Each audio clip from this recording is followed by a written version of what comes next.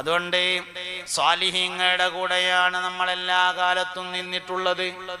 അതാണ് നമ്മുടെ പാരമ്പര്യം എന്ന് പറയുന്നത്. സ്വാലിഹീങ്ങളുടെ മനാഖിബുകൾ പഠിക്കണം, താരീഖുകൾ പഠിക്കണം. സ്വാലിഹീങ്ങളുടെ താരീഖ് പഠിച്ചാൽ 3 ഗുണമുണ്ടായിരിക്കുമെന്നാണ്. ഒന്ന്, അതുപോലെ ആകാൻ പരിശ്രമിക്കാൻ കഴിയും. അരിമ്പ്രസ്ഥാനം ഇങ്ങനെ പഠിച്ചാൽ നമുക്ക് മനസ്സിലാവും അതും മനുഷ്യൻ തന്നെയുള്ളു, അപ്പൊ കയ്യൊല്ലല്ലേ എന്ന് മനസ്സിലാവും. നമ്മളെ വിചാരം സുബീക്ക് തല പൊന്തൂലെന്നാ നമ്മളെ വിചാരം. പൊന്തിയ ആള് നമ്മളെ ഇടയിൽ ജീവിച്ചു പോയല്ലോ, അപ്പൊ മനസ്സിലാവും നമുക്ക് അതും മനുഷ്യൻ തന്നെയുള്ളു, കയ്യും ഇതും കയ്യണ കാര്യം തന്നെയാണെന്ന് മനസ്സിലാകും. അതാണ് സ്വാലിഹീങ്ങളെ പഠിച്ചാൽ ഒരു കാര്യം അതുപോലെ ആകാൻ വേണ്ടി പരിശ്രമിക്കാം. സ്വാലിഹീങ്ങളെ പഠിച്ചാൽ രണ്ടാമത്തെ ഗുണം, ഖൽബിന് ചില ഉറപ്പ് കിട്ടും. നമ്മൾ ഷാഫി ഇമാമിന്റെ ആളാണ് എന്ന് പറയുമ്പോ ഖൽബിനൊരു ഉറപ്പുണ്ട്. എന്തേ കാരണം? ആരാണ് ഇമാമുനാ ഷാഫി റളിയല്ലാഹു അൻഹു? മഹാനായ ഷാഫി ഇമാം റളിയല്ലാഹു അൻഹു സയ്യിദാണ്. ഷാഫി ഇമാം വലിയാണ്. ഷാഫി ഇമാമിന്റെ വലിയൊരു പ്രത്യേകത മഹാനവറുകളുടെ മനാഖിബിൽ പറയുന്നുണ്ട്. ഖുർആൻ എഴുതാൻ വേണ്ടി കൊണ്ടുവന്നു വെച്ച കടലാസ് ഉള്ളതിനാൽ ആ റൂമിൽ ഉറങ്ങിയില്ല ഇമാമുനാ ഷാഫിഈ. ഖുർആൻ എഴുതിയ കടലാസല്ല, ഖുർആൻ എഴുതാൻ വേണ്ടി കടലാസ് കൊണ്ടുവന്ന് വെച്ചതിനാൽ ബഹുമാനാർത്ഥം ആ റൂമിൽ കടന്നുകൊണ്ട് മഹാനായ ഇമാമുനാ ഷാഫിഈ റളിയല്ലാഹു അൻഹു ഉറങ്ങിയില്ല. അത് ഖുർആൻ എഴുതിയിട്ടില്ല, കടലാസല്ലേ ഉള്ളൂ എന്ന് ചോദിച്ചപ്പോ മഹാനവറുകൾ പറഞ്ഞു എഴുതൂലേന്ന് ചോദിച്ചു. ആ എഴുതുന്ന് പറഞ്ഞു. എന്നാൽ ബഹുമാനം കൊണ്ട് അവിടെ കിടക്കാതിരുന്ന ആളാണ് മഹാനായ ഇമാമുനാ ഷാഫിഈ റളിയല്ലാഹു അൻഹു. അതിങ്ങനെ പഠിക്കുമ്പോ നമ്മൾ ഷാഫിയാക്കളാണ് എന്ന് പറയുമ്പോ നമുക്ക് മനസ്സിൽ റാഹത്തുണ്ടാവും. അതാണ് രണ്ടാമത്തെ ഗുണം. സിദ്ദീഖുൽ അക്ബർ റളിയല്ലാഹു അൻഹുവിനെ പറ്റി പഠിക്കുമ്പോൾ മനസ്സിന് ഒരു ഉറപ്പ് കിട്ടും. അബുൽ ഹസൻ അൽ അശ്അരി റളിയല്ലാഹു അൻഹുവിനെ പഠിക്കുമ്പോൾ മനസ്സിന് ഒരു ഉറപ്പ് കിട്ടും.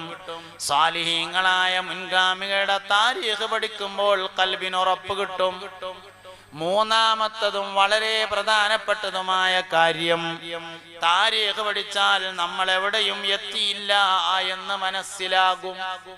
നമ്മളെടുക്ക് എത്തിയിട്ടില്ല എന്ന് മനസ്സിലാകും. താൻ മരണപ്പെട്ടാൽ എവിടെയാണ് മറവ് ചെയ്യേണ്ടത് എന്നതിന് സ്ഥലം നിശ്ചയിച്ചിട്ട് അബൂ ഹനീഫ ഇമാം അബൂ ഹനീഫത്തുൻ നുഅ്മാൻ റളിയല്ലാഹു അൻഹു ഞാൻ മരണപ്പെട്ടാൽ എവിടെയാണ് മറവ് ചെയ്യേണ്ടത് എന്നുള്ളതിനൊരു സ്ഥലം നിശ്ചയിച്ചു.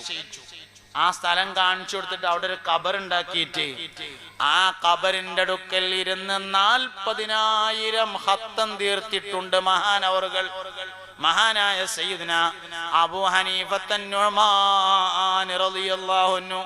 നമ്മളെന്തേ അബൂ ഹനീഫ ഇമാമിനെ അംഗീകരിക്കണതിന്റെ കാരണം അത് പൊട്ടും മുറിയൊന്നും അല്ല എന്നുള്ളത് തന്നെയാണ് കാരണം.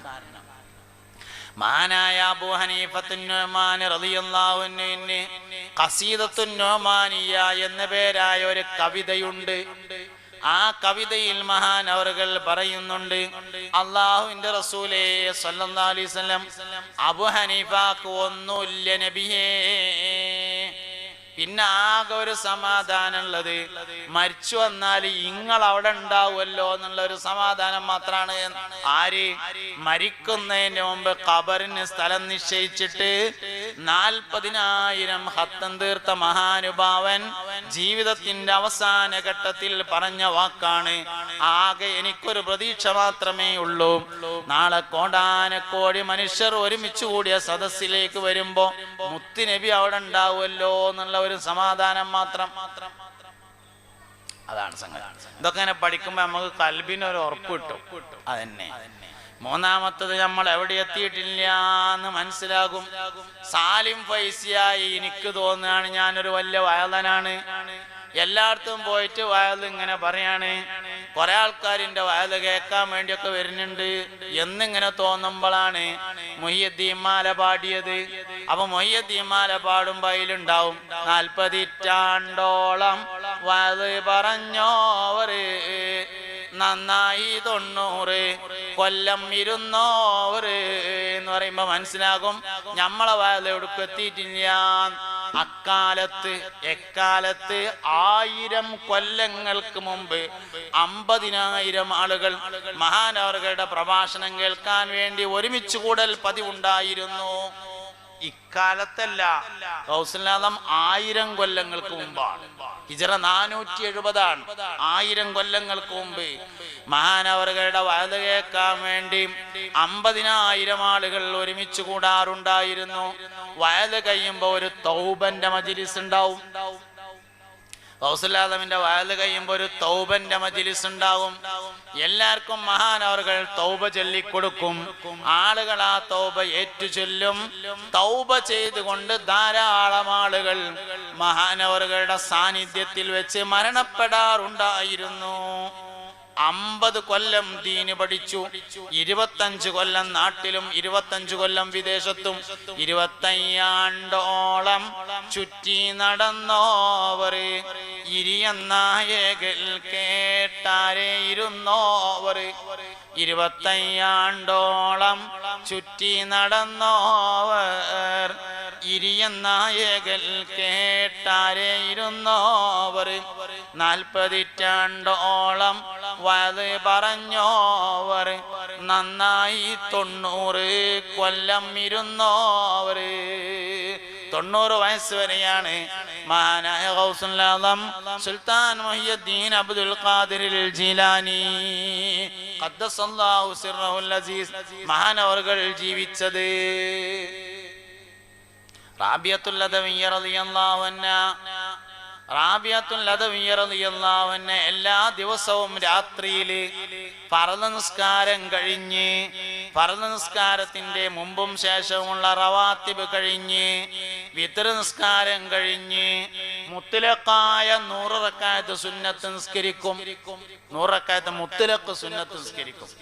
ആ സുന്നത്ത് കഴിഞ്ഞിട്ട് ഇങ്ങനെ ദ്വാരക്കും, അല്ലാഹുവേ റാബിയന്റെ ഈ 100 റക്അത്ത് നിന്റെ സ്വർഗം ലഭിക്കാൻ വേണ്ടി മാത്രമല്ല, നാളെ മഹ്ശറയിൽ വരുമ്പോ കോടാനക്കോടി ആളുകൾ ഒരുമിച്ച് കൂടിയ സദസ്സില് ഞാൻ ഇങ്ങനെ നടന്നു പോകുമ്പോ എല്ലാ ദിവസവും രാത്രിയില് 100 റക്അത്ത് മുത്തലഖൻ സുന്നത്ത് നിസ്കരിച്ചിരുന്ന റാബിയ അല്ലേ ആ പോണത് എന്ന് മുത്തുനബി ചോദിക്കുമ്പോ സല്ലല്ലാഹു അലൈഹി വസല്ലം കേൾക്കാൻ ഒരു രസമുണ്ട്. അതിനാണ് ഈ 100 റക്അത്ത് എന്ന് സയ്യിദത്തുനാ റാബിയത്തുൽ അദവിയ്യ റളിയല്ലാഹു അൻഹ തന്നെ.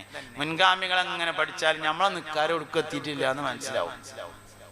നമ്മളിപ്പോ ഉള്ള നിക്കാരെ തന്നെ ഏറെയാണെന്നുള്ളടത്തായിരിക്കണത്, അത്രയിട്ടൊന്നും വേണ്ടിയിരുന്നില്ല എന്നുള്ളടത്തുള്ളത്. അവർ റാബിയത്തുൽ അദവിയ്യന്റെ ഇങ്ങനെ നമ്മളിങ്ങനെ നോക്കുമ്പോ മനസ്സിലാവും നമ്മളെ നിക്കാരെ ഒടുക്കെത്തുന്നില്ല. അതാണ് മുൻഗാമികളുടെ താരീഖ് എന്ന് പറയുന്നത്. അതുകൊണ്ട് മുൻഗാമികളായ ആളുകളുടെ താരീഖുകൾ പഠിച്ചിട്ട് ജീവിതത്തിൽ കൊണ്ടുവരിക.